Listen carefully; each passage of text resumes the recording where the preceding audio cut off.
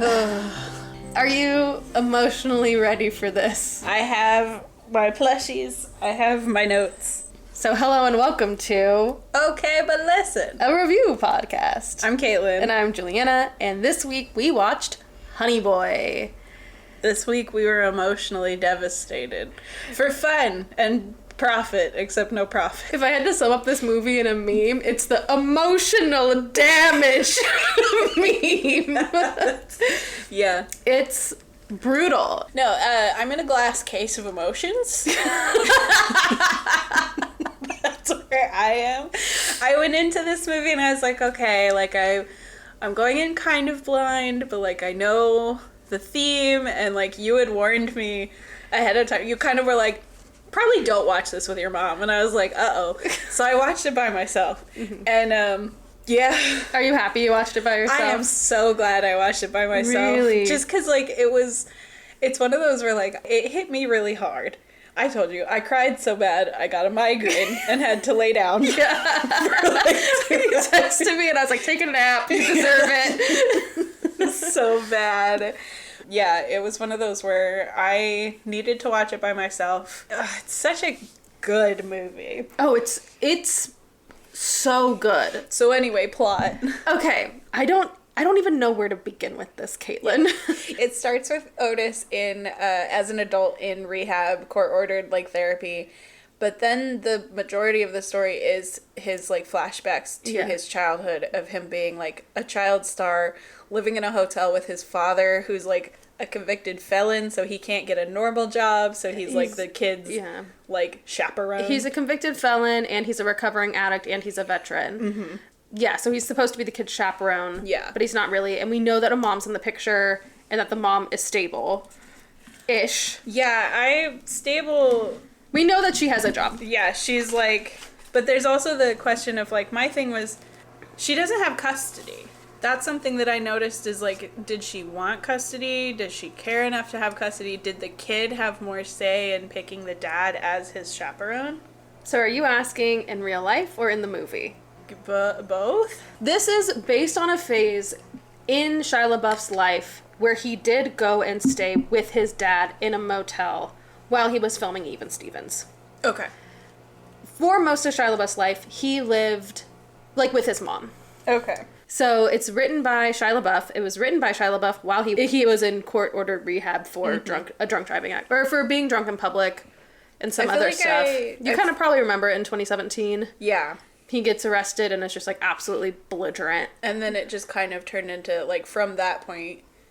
He just went a little crazy, and he was crazy before that point. Before that point was the phase of the like I'm not famous paper bag stunt. So the I'm not famous paper bag stunt. This I didn't know. He had made a short film, which apparently people said was a plagiarism of a graphic novel that someone else had written. Oh. And so on the cusp of that, he was like, "Fine, if I can't even make my art, I'm not famous," and he does that stunt.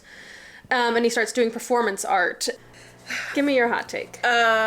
This movie it's one of those where, like, it is a fantastic film. I'm going to say that at the top. Oh, this my movie God. is amazing. Yeah. Will I ever watch it again? Probably not. Oh, I think if I ever want to cry, I will watch this movie again. It is... But also, like, the stress of it, I don't know. This movie had me hooked from scene, like, the first 30 seconds. This movie activated my degree in an interesting way. Opening, you have, like, it starts over the black screen, and you have, like, war noises. And you're like, okay, is this going to be a flashback? Is this whatever? But then it's, like, it starts with him acting in that movie, and it starts with him, like, with that jerk where it's like the bomb goes off and he gets like pulled backwards, and then it cuts and it's him just like hanging in the harness as they reset the shot, which is one of my favorite things in any like movie. It's such a clever use of choppy editing and then like montage, because you have him it's what he does. He's an actor. He plays the soldier, he plays the cowboy, he plays like all this stuff intercut with real life, where you get like him being pushed down onto the hood of the car by the cops, and you're like, oh, this is another movie. You realize, oh no, that's actually happening. Yeah. This is Kaitlyn I'm going to post it on the Instagram. It's that picture, I think it's Stephen Fry, where it just says themes. That's going to be me this episode. Okay. Because, like, the symbolism of him, you've got this choppy editing, and then him still in the harness, and he can't get out of the harness, and that's, like, a thread through the whole thing, and he's getting more and more mad and more and more frustrated and, like, yelling for someone to come help him as he's trying to, like, wrestle himself out of this harness. And my brain was like, oh, this is symbolism. This is imagery. Yes. And then it cuts to the kid, and it's almost an identical scene. It's almost an identical montage of the kid getting yeeted back in the harness and then just dangling in the harness as they reset the shot, and then him, like, acting, and then him having to go to his father for help getting out of the harness. And, like, it's still a thing where the kid is getting so frustrated because his dad is trying to talk to this lady the whole time, and he's like, Dad, help me. Dad, get me out of this. Dad. And then his dad hurts him before he's able to help him. Yeah. So, like, that was my thing at the beginning, and that's a theme that goes throughout that I really loved, is just, like, I am such a slut for parallels, and you get the whole movie as you're just seeing, like, this is happening. It doesn't change. Was dealing with this as a child. He's dealing with it as an adult. You see the echoes of it and the repercussions of, like, these small actions, these small choices, and these small experiences that add up. Yeah. And I have big thoughts. I have big thinky thoughts about it. So, the director, Alma, I don't quite know how to say her last name. I think it's like Harel, Har''el. Harel. She's beautiful. She's amazing. She comes from a documentary background. So she's filmed 2 documentaries before coming into this movie. She was friends with Shia LaBeouf. She was one of the only people talking to Shia LaBeouf when he was in rehab the first time. And she is also a child of an addict. Which kind of comes in. Yeah. But she talks about that opening scene, one, because she's never been able to film a scene like that before. She's like, I was a real Hollywood director with explosions and things. It's so fan-fucking-tastic. And they, like, it's a one shot, you know, they kind of only had they had money for it once kind of thing, like what it was gonna be. Yeah. But she talks about that she really wanted that to be the opening, or, like, wanted to have him on a harness because she wanted to have this idea of him being a puppet and him being at the mercy of the people around him. I love it. She really wanted to open up with him going, no, for, like, the trauma that was coming at him. Yeah. And I was like, oh, that's cool. And it is coming at him. It's coming at him, and he's at the mercy of, like, the elements in the system. Like, but she really talks about how she wanted to think about it like he was Pinocchio. Oh, I love that. Yeah. Where was it? So him having PTSD, it was a big thing for me because the roommate has a quote where Otis is like, yeah, I have PTSD. And his roommate is like, I thought only soldiers and black people got that. And it's something I had a conversation with. So my friend and I have the same diagnosis. We have complex PTSD. And it kind of comes out like bipolar. Like, I'm on mood stabilizers for it. And it's really interesting because you do have that thought of, like, someone says PTSD and you immediately think of, like, Vietnam. Yeah. And I had a conversation, different friend, again, I'm just, like, pulling all of my friends into this, but, like, I had a conversation with a different friend who works in social work and, like, with children and, like, foster care and stuff. And we were talking about the difference between, like, big T and little t trauma.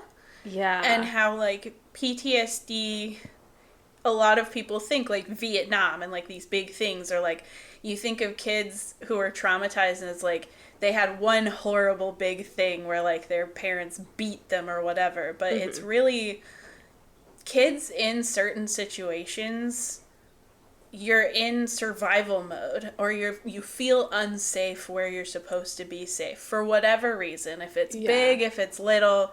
A lot of, like, queer people get this too, where if they have to be closeted in their, like, family, you have that sense of, I'm not safe where I'm supposed to be safe, with the people I'm supposed to be safe with. And it's just that having that over an extended period of time, it traumatizes you, basically. Yeah, it gets you.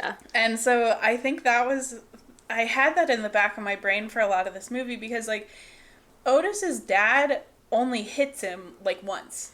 Like, you only see one scene where he smacks the kid, and he doesn't even, like, beat him. He just, like, hits him in the face, like, twice. Okay. But yeah, I'm going to say... Kaitlyn. So, there was a big kerfuffle about this movie last year. Last year? Because last year, a few things happened. Okay. Shy Girl in the movie, who's played by, I think it's FKA Twiggy. Yeah, FKA Twiggy. She and Shia dated. Mm-hmm. And then she filed a lawsuit against him for remember abuse. this vaguely, yes. Yes. So that happened. Shia then goes on this podcast called, I think, Real Ones. It's, yeah, whatever. Yeah. I listened to it, so you don't need to. And he straight up is like, yes, my dad never hit me. But then I found this quote from his dad that was like, oh yeah, I never hit him in the face, but I would throw him in a chair or grab him by his collar. Yeah. He's like, I was never physical with my son. And I was like... You do see that. You do see that in the movie a couple times where he does, like, grab him a bunch. It's that thing, too, of, like, he was trying to make himself sound like he wasn't that bad, but grabbing a kid by the collar is scary. Hitting a kid once in the face is scary. Yeah. And the dad being like, I only did it once. Yeah. Or no, he said, I never hit him in the face. It's like, okay, you never hit him in the face. Why do you have that caveat? Yeah. Like, there was a lot of comments about Honey Boy's just a bunch of lies. Like, that didn't really happen to Shia LaBeouf. Like, and then people got in this weird thing of, like, his trauma, his PTSD isn't because of his dad, it's because of his mom. So this whole movie is BS. Okay. And it felt really funky reading these comments and reading about it, whereas, like, I think people don't get it. Because Shia LaBeouf's real life, his dad was a clown, his mom did, like, clothing stuff. And then they opened a textile company, the parents together. Okay. All the money dries up. They continually start arguing. They divorce because of money. It's very clear they divorce because of money. Shia LaBeouf then learns that he can make real grown-up money if he becomes an actor. So he starts calling around to clubs pretending to be his agent to do stand-up sets. Oh, wow.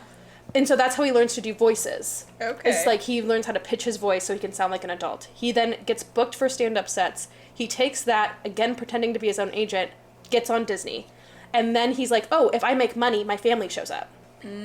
So he starts trying to make money to get his family to show up. But his dad's in and out of rehab, is barely there. His mom is still struggling. His mom died 2 years ago.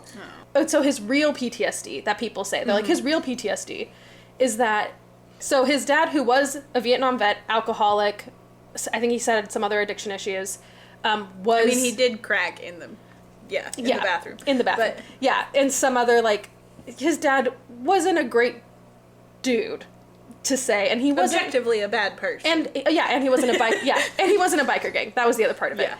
And so his dad is like, I'm going to check myself back into rehab. He asks his neighbor to watch the family while he's gone. The neighbor was another biker. Shia LaBeouf is like 13 or something, and he wakes up to the sound of his mom being raped. Oh, Jesus. Yeah. So then he runs in, the person assaulting the mom runs out, and then Shia LaBeouf, his mom, and the guy that's supposed to protect them all go to the police station, and Shia has to sit there and listen to his mom describe the crime that just happened. And people are like, well, that's his real trauma. That's his real trauma. Okay, but he did live in a motel with his dad, and I think a lot of this stuff is kind of legit, of, like, his dad not showing up to set. Like, his dad sounds like he's really... I don't know, it's this thing where people are like, we're really like, Honey Boy's just a lie. And I was like, I don't think you understand how trauma in children work. And it just made me so... It made me feel a way. It made me feel such a way. So I feel like that, on top of, like, people get... It's like the thing between, like, a biography and a memoir.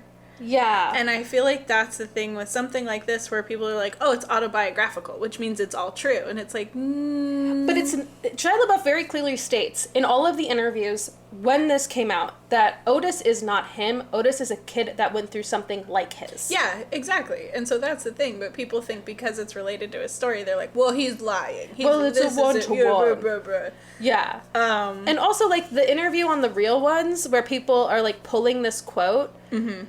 One, he's talking about it in the context of him also becoming a father and him reconnecting with his dad. Yeah. And I think he's talking about it because he does say he wants to apologize to director Alma because he felt like he misled her. But I think really what he's apologizing for is the fact that he physically and sexually and emotionally abused Alma's good friend Twiggy. Like, yeah. Yeah, where it's like, that's really, I think, the breakdown. I'm pretty sure her name is FKA Twigs. Sorry, yes. Twiggy is a complete... I know! If it was Twiggy, that would be wild. I know Twiggy's a different person. But yeah, it's FAK Twigs. Yeah. And yeah, Alma has been friends with her for a long time as well. Shia LaBeouf is just like the most... He's not a reliable narrator at all.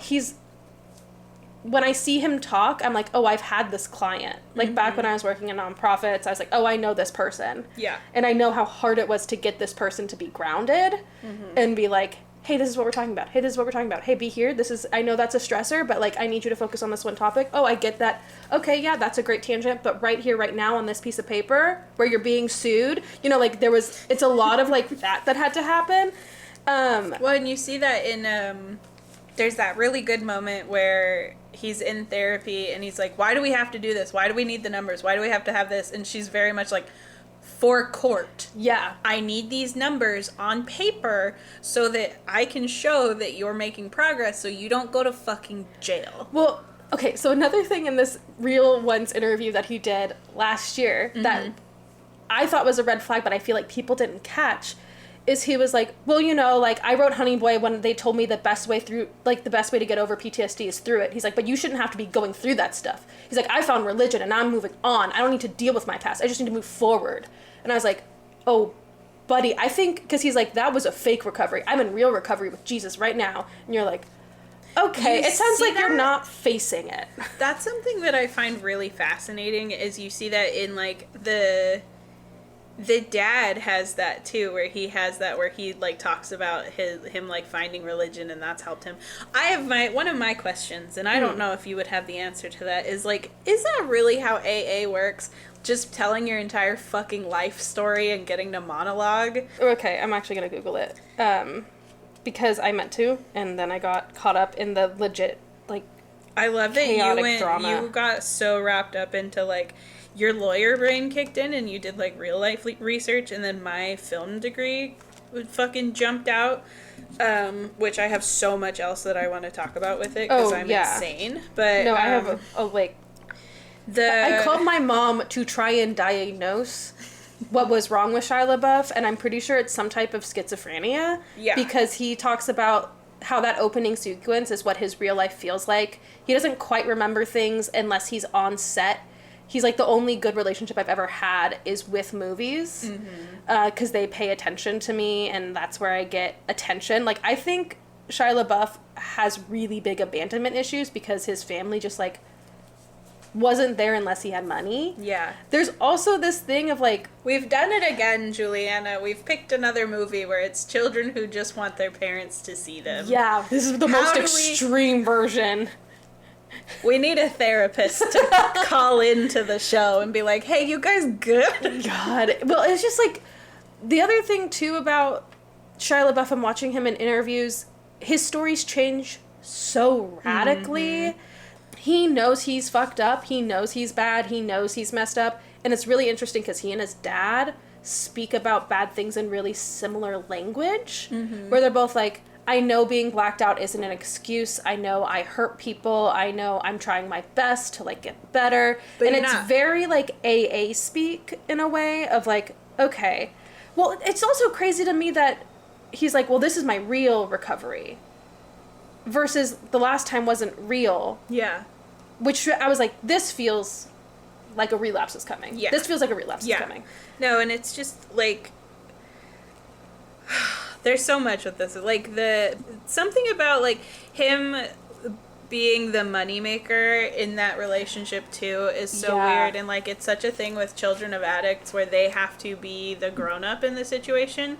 But because they only have, like, a specific model of what a grown-up looks like, the bit where Shy Girl comes over and he pays her because he understands that, like, you pay sex workers. Yeah. Even though, like, all they do... I have, like, again, big thinky thoughts about his interactions with Shy Girl, because it's this really poignant, really, like, striking balance between innocence and vice and, like, learned behaviors. Yeah. Because he has the quote where he says, like, she holds my hand, you slap me in the face. And he doesn't see her as, like, a mother figure, but he just wants someone that, like, someone to talk to, someone comfort him. Like, we don't ever see them really talk. Yeah, and they just start touching each other. Well, and it ties into platonic ways. The pool therapy scene. It ties into that where they're, like, hugging themselves and they're talking about the cuddle hormone. And you see baby Otis just cuddling with this woman. Yeah. And, like, the scene that fucking... One of the scenes that got me was the dad, like, hardcore doing crack in the bathroom of the strip club while Otis is just playing, like, pretend catch and, like, pantomime baseball with her in, like, the yard with all the junk cars where he plays and, like, hangs out. And I just, like, the lighting in those scenes and the lighting anytime he's with Shy Girl is just so beautiful, and everything is soft and it feels dreamy and it feels comfortable. Yes. And it's a lot of, this is the film degree popping out again, but it's a lot more, like, steady shots. Whenever Otis is interacting with, almost every time Otis is interacting with his dad, it's handheld camera, and it's very tight, very crowded shots. And it was intended to be that way. I was like, yeah, she talks about how when Otis is in rehab, she wanted to be really cinematic. It's really framed. It's really clean.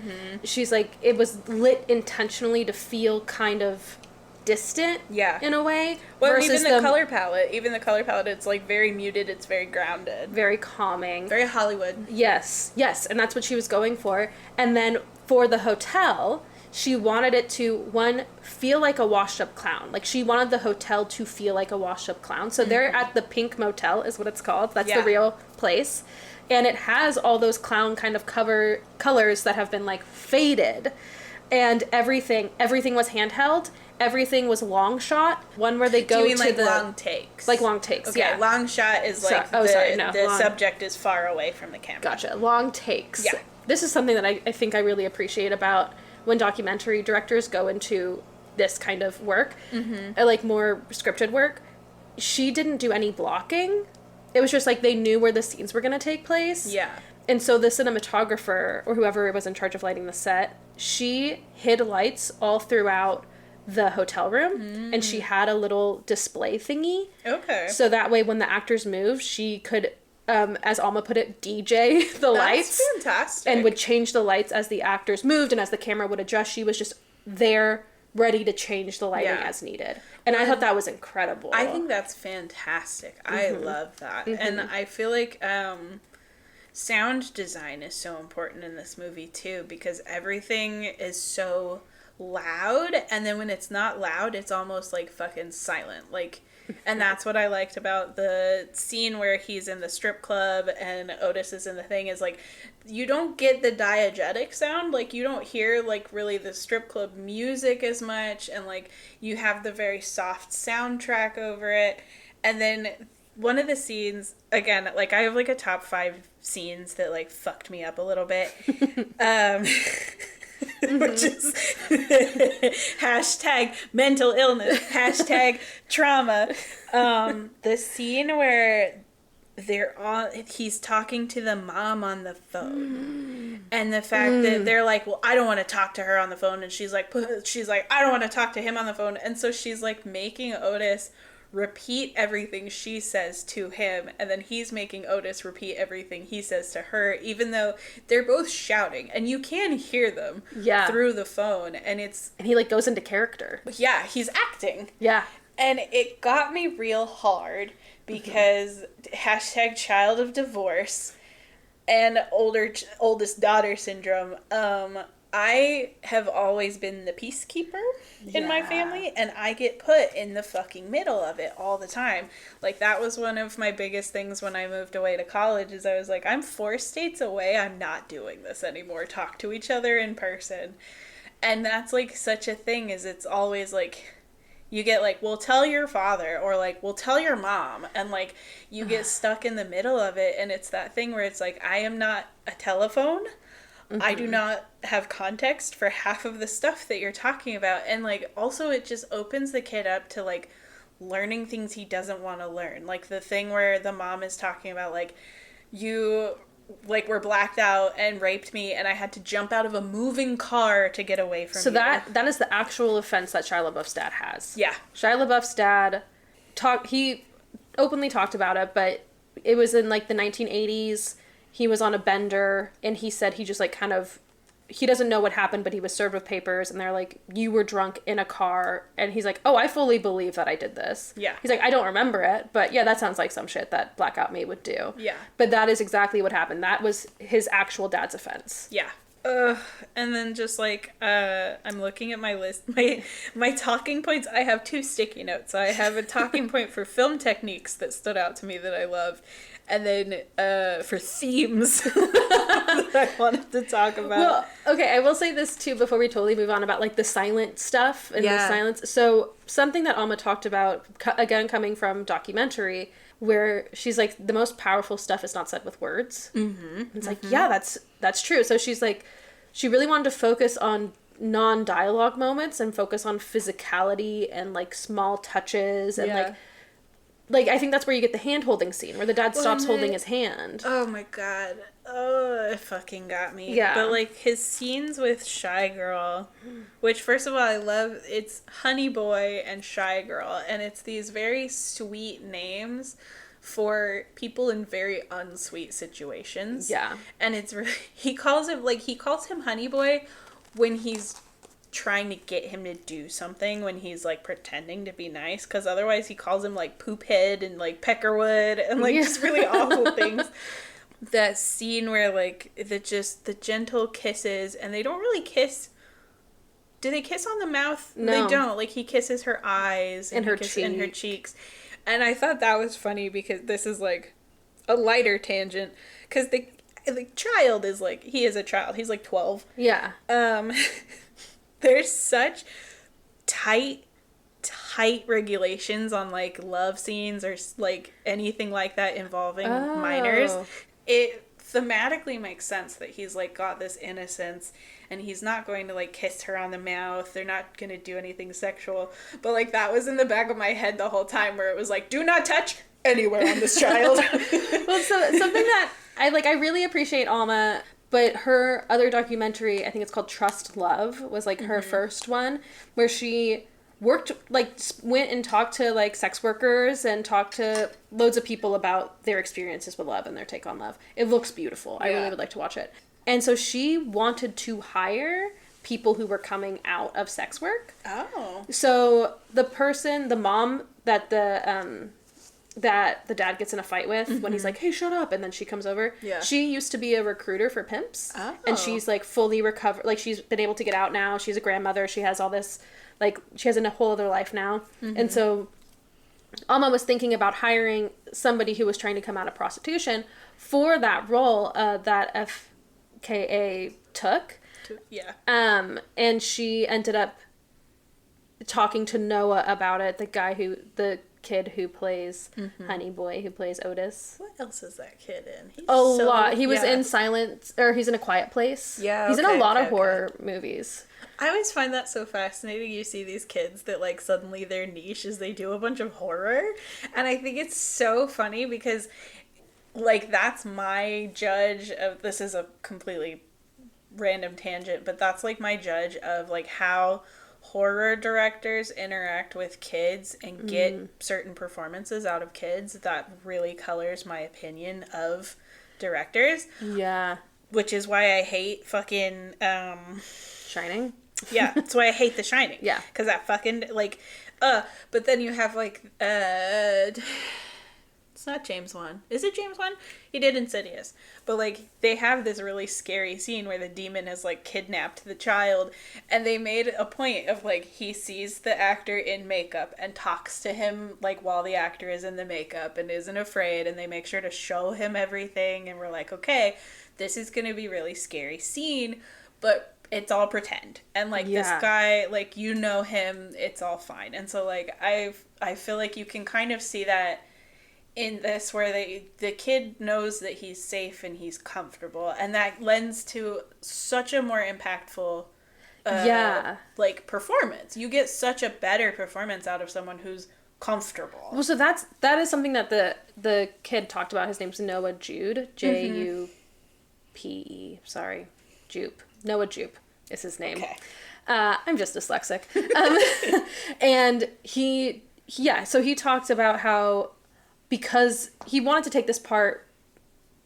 Okay, let's just talk about him for a second, because he's interesting. One, he's British. Aw. Yeah, so his American accent, very good. so good. There was there's one person who directed both Otis's on how to mimic Shia LaBeouf's speech. Okay. And mannerisms, which was really interesting. And then all three of them spent a lot of time off screen together, so they started to pick up each other's like little physical like things, and that translated on screen. I love that. Which is, like, kind of fun, and Alma really, she wanted them to kind of do that.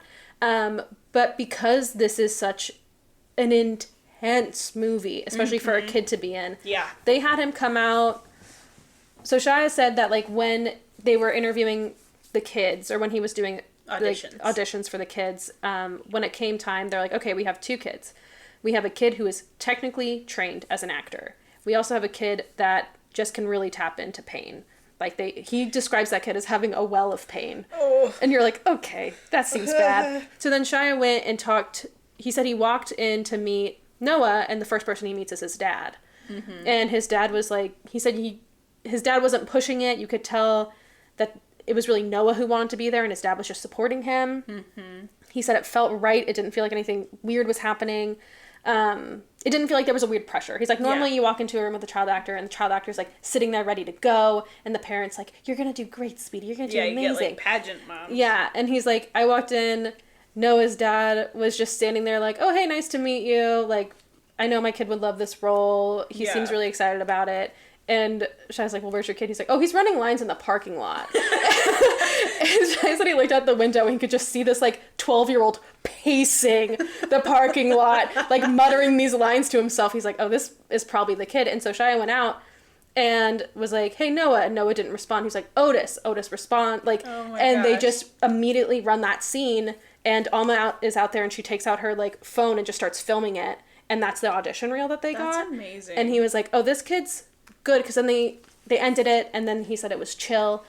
He thought it was really important to get somebody who was a technical actor who knew how to turn things off and on. And something that Noah talks about that he said was really helpful, he's like, I am a kid, and these are, like, really adult themes that we're dealing with.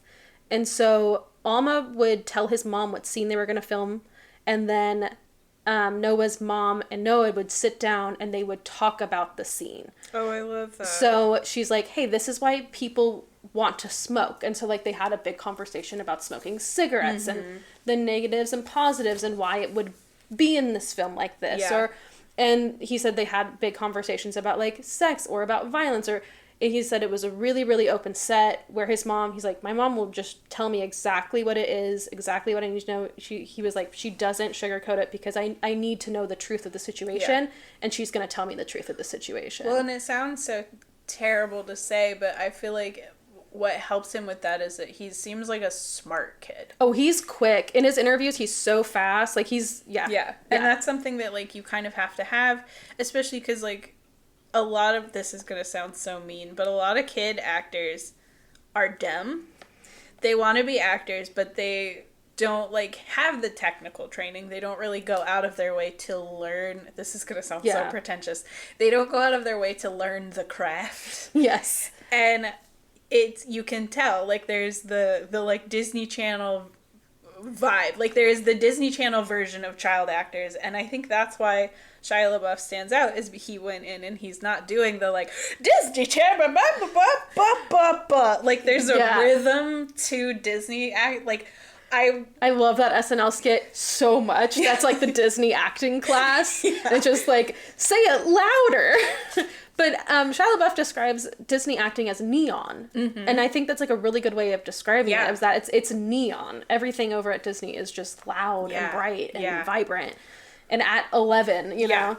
When it's the thing that's like treating kids like kids. And that's something that I think about a lot. I took a John Hughes class, and like, that's a whole, like, there's a lot of about John Hughes that's, like, problematic that we could get into for forever. Mm. But something that, like, stood apart is he treated teenagers and young people like people. Yeah. And that's what stands out with this kid isn't, like, an actor. This kid is being a people.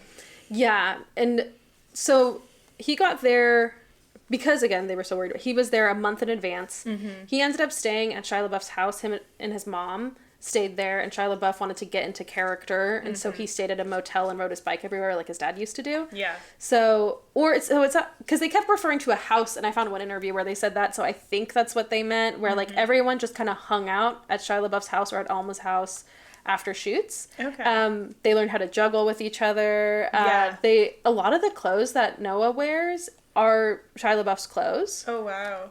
Which is kind of interesting. It's like the stuff that he kind of has left over from when he was a kid. Yeah. I will say, costume-wise, this is speaking as a poor, I just think it's so, there's like little details that really work in this movie that like stood out to me as someone that like grew up around like poor kids and kids who were children of addicts, and like just the kind of like neighborhoods. This makes me sound so much more poor than I really was. Like I'm very firmly like lower middle class.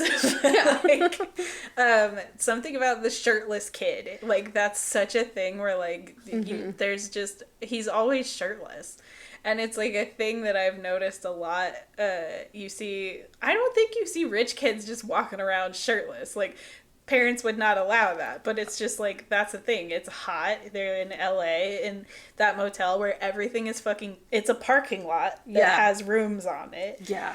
The pool, he's always in the pool, and it's like kind of gross. There's I made a note of it, and like it's something that I'm gonna be thinking about for a while, and I don't know why. It just stood out to me so much. It's like a fucking 10-second thing where there's this snake in the pool. Shy Girl like has her hand in the water, and Otis is like, what the fuck is that? And they don't say anything else. And it really stood out to me, and I'm not sure why. Because it feels like it's the unknown danger. Like, she knows what the danger is, and he's not old enough to know yet. Yeah. Yeah. It's like how that kind of felt to me. Another scene that fucked me up, because we're just bouncing through scenes that fucked Kaitlyn up. Yeah. He has the dream sequence, and then you see the flashback, and then you see him having the flashback of that argument that he has with his dad, where he's trying to like almost fire his dad, where he's like, I've given you this job, who else, because no one else would hire a felon, like blah blah blah. He's trying to assert his power. Sorry, hang on, I have to get my shit together. You see Big Kid Otis, and he's having this moment, and he's written out this scene, and it's written like a script. Yep. And he's acting out both his father and himself. Yeah. And the therapist is talking to him, and he has this quote that fucked me up. The only thing my father gave me that was of value was pain, and you want to take that away. Yeah. And then the therapist's response is when I started crying, because I was like, ouch, that kind of hurts. And then the therapist just very quietly and very calmly just like, well, can I? Yeah. And I was just like, I hate that. That hurts my body. Ouch, ouch, ouch, ouch, ouch. Yeah, that felt really, really poignant. That actress for the therapist, she did a deep dive into how to yeah. be a therapist, why they talk like that, what certain words would... She wanted to, like, react to what he was saying. Mm-hmm. So she was, like, looking up, like, buzzwords for therapists or what would be things that this type of therapist would be looking for. Yeah. Which I thought was really interesting. But, yeah, that bit hurt. Mm-hmm. There's, like, no other way to say that. The therapy that they give him is so interesting because you again, Kaitlyn is a slut for parallels. He's sitting on the side while they do they're, like, in the pool doing gentle movements and, like, hugging themselves. And he's like, this is fucking stupid. And so, like, his therapy is so much more harsh and difficult and ouchy. Like, that scene where the therapist is like, go out in the middle of the woods and just scream as loud as you can. And he's like, are you fucking with me? And he's like, do it. Yeah. Do it and come find me and tell me what happens. And, like, the scene where he does that... First of all, I made a note. I love the irony of him, like, walking around rehab wearing an NYPD sweatshirt. Right. I really loved that. I was like, okay. Yeah. But him going out and, like, you, again, get those parallels where you see, like, baby Otis and big Otis have this moment where they both have their cathartic scream. But there's more joy and innocence in baby Otis, where it's much more of a, like, woo! Yeah. And then big Otis is more of like a ah! Yeah. Apologies to everyone listening. I don't know how true it is, but there was a thing on TikTok where it was talking about, like, people who have trauma have a lot of difficulty screaming. And, like, I've noticed it with myself, is it's something about, like, you're so used to keeping it in and you're so used to, like, not taking up space and, like, those are bad feelings that it's really hard for you to just scream.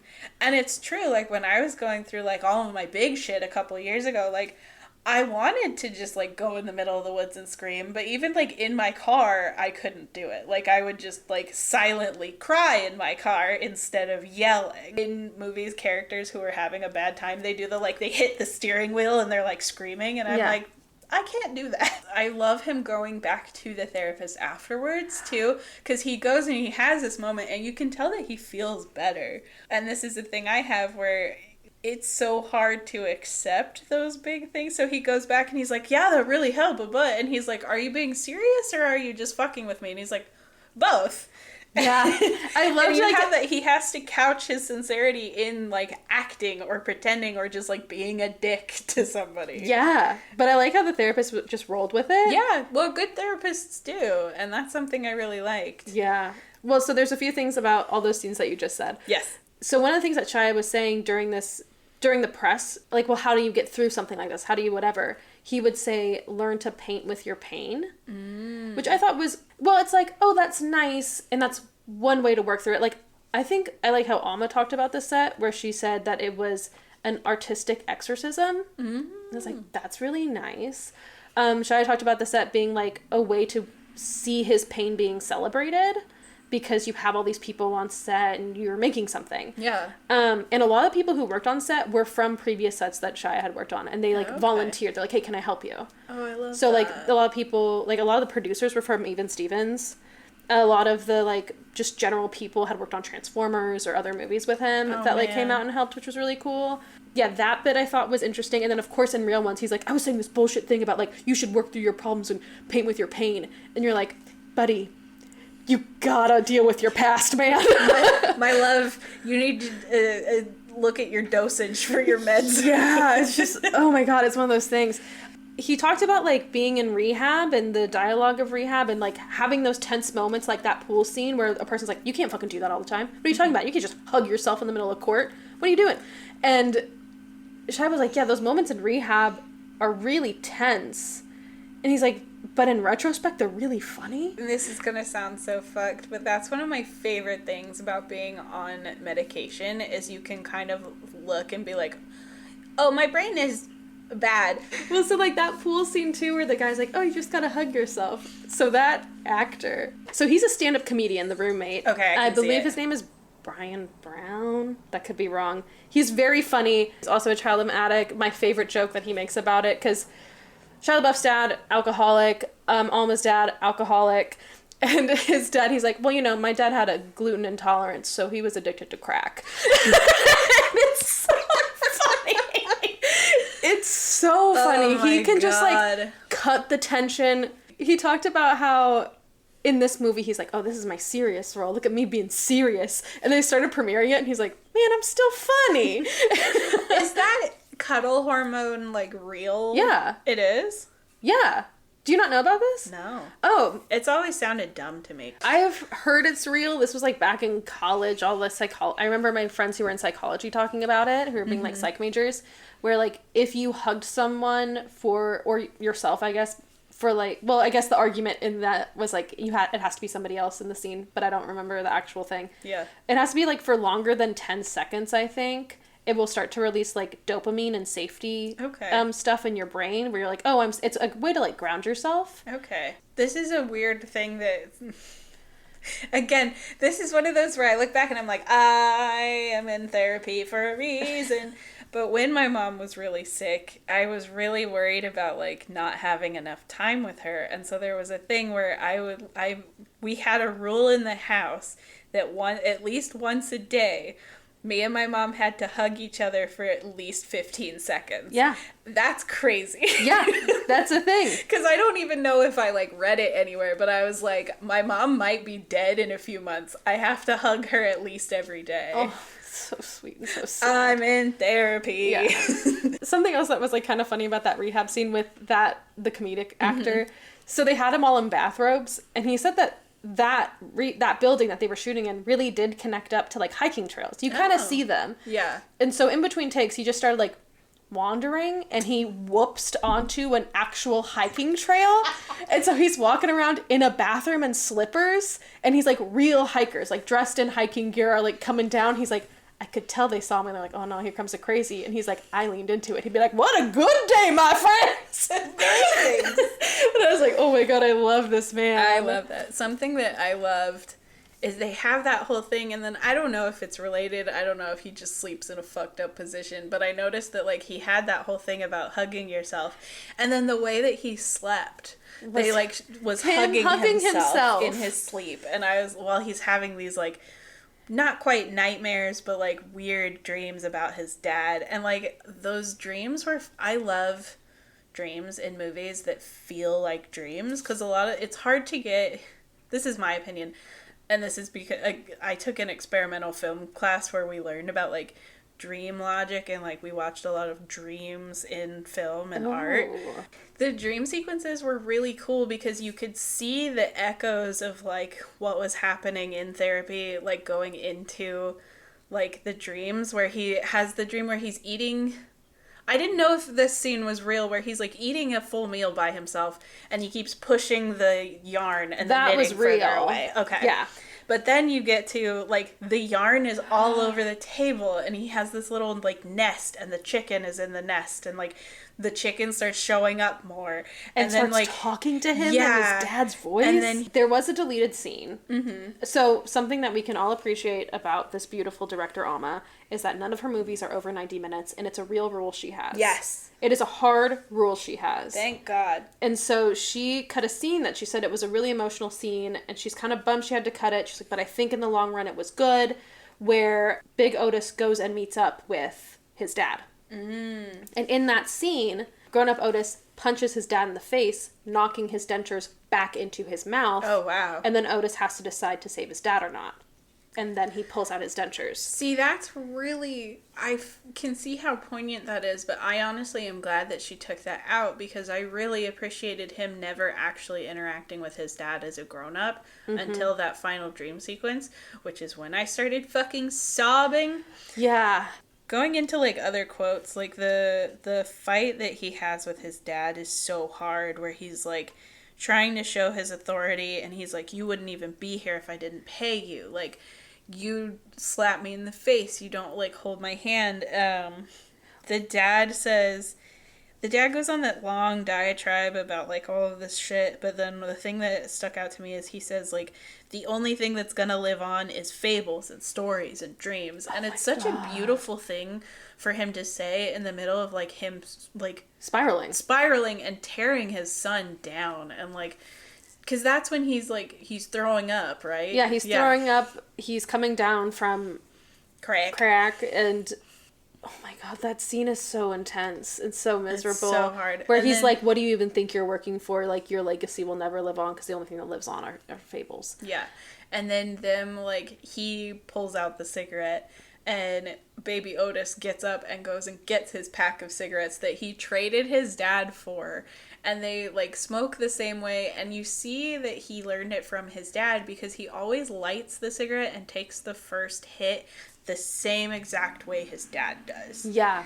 And it's, the learned behavior that children of addicts display. And it's so fascinating, and it's that generational trauma where your brain is...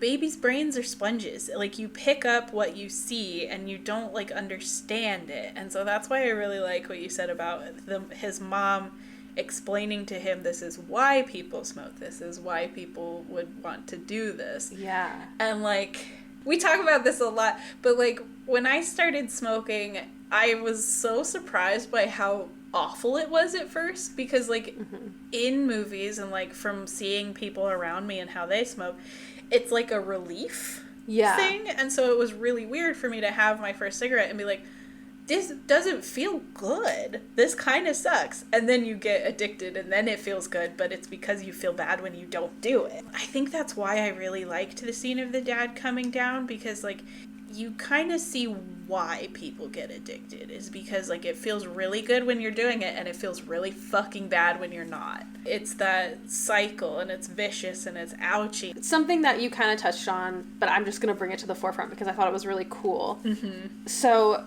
the way that the script was originally written was linear. Oh. So from little baby all the way up.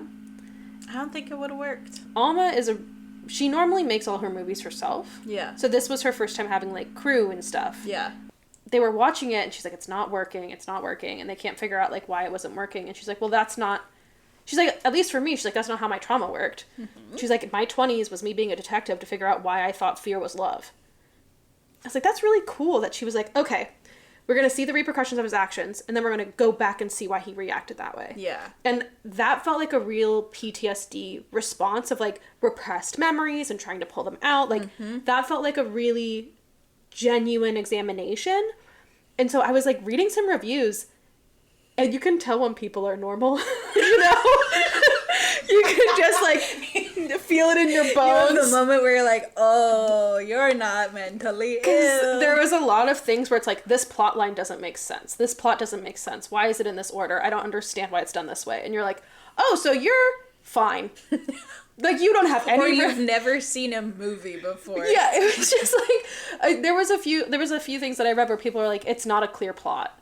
And I was like, what are you talking about? I was like, this had a really strong plot to me. Yeah. I don't know what you're saying.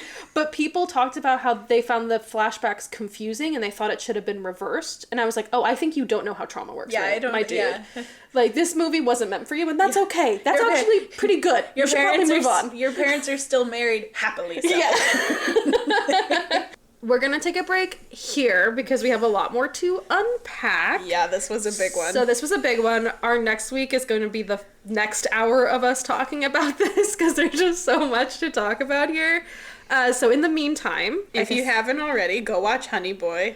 We will post up on our Linktree and in our resources doc resources for people who are struggling with addiction or our children of addicts. Yeah, we'll post up resources. We will see. Follow us on what a terrible way to end it, but follow us on Instagram, like and subscribe. Hope you're not crying. Welcome to our channel. Yeah. It's honestly, it is a really good movie, emotionally draining, but it's worth it. But worth watching. So we clearly have so much to say about this. Come back next week for part 2. Take care of yourselves. Please do. Please take care. You are worthy of everything. Yeah, you are worthy, and just treat yourself gently. And if you have to pause through this movie, do it. Have some tissues, have some ibuprofen on hand. Yep. And have a friend nearby to rant to it about. Yeah.